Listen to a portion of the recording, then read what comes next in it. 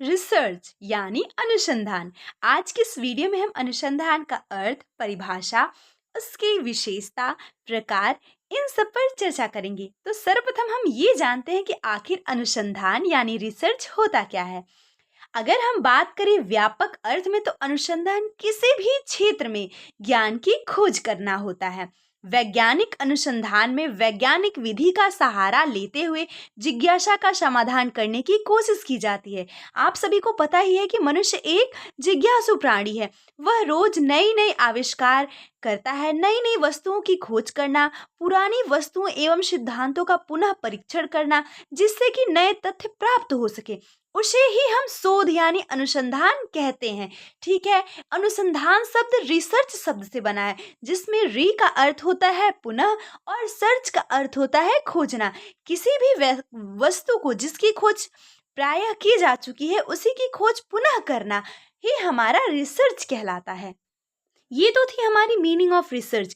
अब हम definition of research देखेंगे, यानी अनुसंधान की परिभाषा, जिसमें हमारे पहले विद्वान है जॉर्ज जे मूले के अनुसार।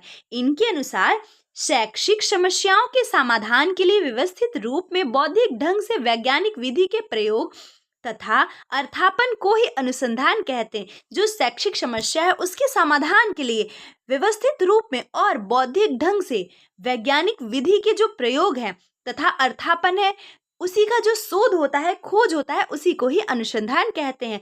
और इसके विपरीत यदि किसी व्यवस्थित अध्ययन के द्वारा शिक्षा में विकास किया जाए तो उसे शैक्षिक अनुसंधान कहा जाता है। अगले हमारे विद्वान है रेडमैन और मोरी के अनुसार। इनके अनुसार नवीन ज्ञान की प्राप्ति के लिए व्यवस्थित प्रयासी अनुसंधान होता है। इनकी परिभाषा बहुत ही सरल है। अब हम अनुसंधान प्रक्रिया के कुछ प्रमुख चरण देखते हैं। देखिए, शोध एक प्रक्रिया है जो कई चरणों से होकर गुजरती है।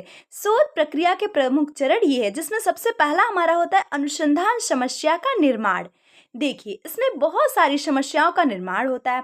उसके साथ दूसरा हमारा इसमें चरण होता है समस्या संबंधी साहित्य का व्यापक सर्वेक्षण। व्यापक रूप से हमें उसका सर्वे करना पड़ता है। तीसरा इसमें होता है परिकल्पना यानी हाइपोथेसिस का निर्माण होता है। चौथा होता है शोध की रूपरेखा। शोध का जो रूपरेखा यानी जो प्रारूप होता है, रिसर्च का जो डिजाइन होता है, हमें उसको तैयार करना पड़ता है। उसके साथ चौथा इसमें होता है आंकड़ों एवं तथ्यों का संकलन करना पड़ता है।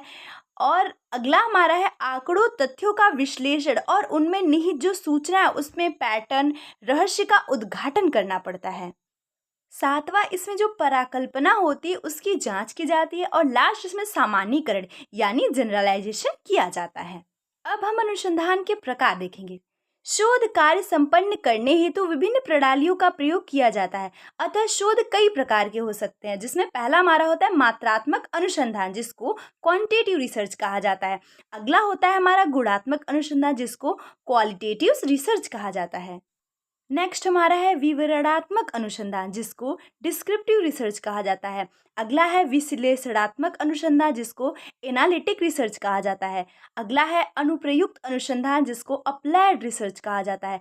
और उसके बाद हमारा आधारभूत अनुसंधान, जिसको फंडामेंटल रिसर्च कहा जाता है। अब हम अनुसंधान की महत्व देखेंगे। शोध मानव ज्ञान को दिशा प्रदान करता है तथा ज्ञान भंडार को विकसित एवं परिमार्जित करता है। इसमें जो हमारा फर्स्ट पॉइंट है वो है शोध जिज्ञासा मूल प्रवृत्ति। जो क्यूरियोसिटी इंस्टिंक्ट होता है हमारा, इसके संतुष्टि करता है। जो हमारी मूल प्रवृत्ति होती है क्यूरियोसिटी इंस्टिंक्ट, इसकी ये संतुष्टि करता है। इसमें हमारा अगला पॉइंट है शोध में व्यवहारिक समस्याओं का समाधान होता है। फिर शोध पूर्वाग्रहों के निदान और निवारण में सहायक होता है। अगला पॉइंट हमारा है शोध अनेक नवीन कार्य विधियों व उत्पादों को विकसित करता है। सो आई होप आप सभी को रिसर्च के बारे में पता चला होगा कि रिसर्च क्या है।